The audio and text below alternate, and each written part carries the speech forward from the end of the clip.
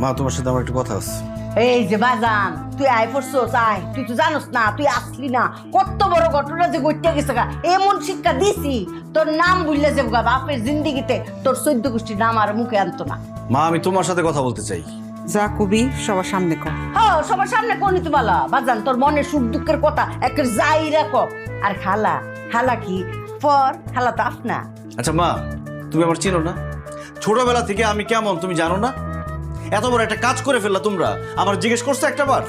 দেখো মা, আমি স্বীকার করতেছি আমি ভুল করছি, কিন্তু আমি কোনো অন্যায় করি নাই। আমি কি কাজটা করছি?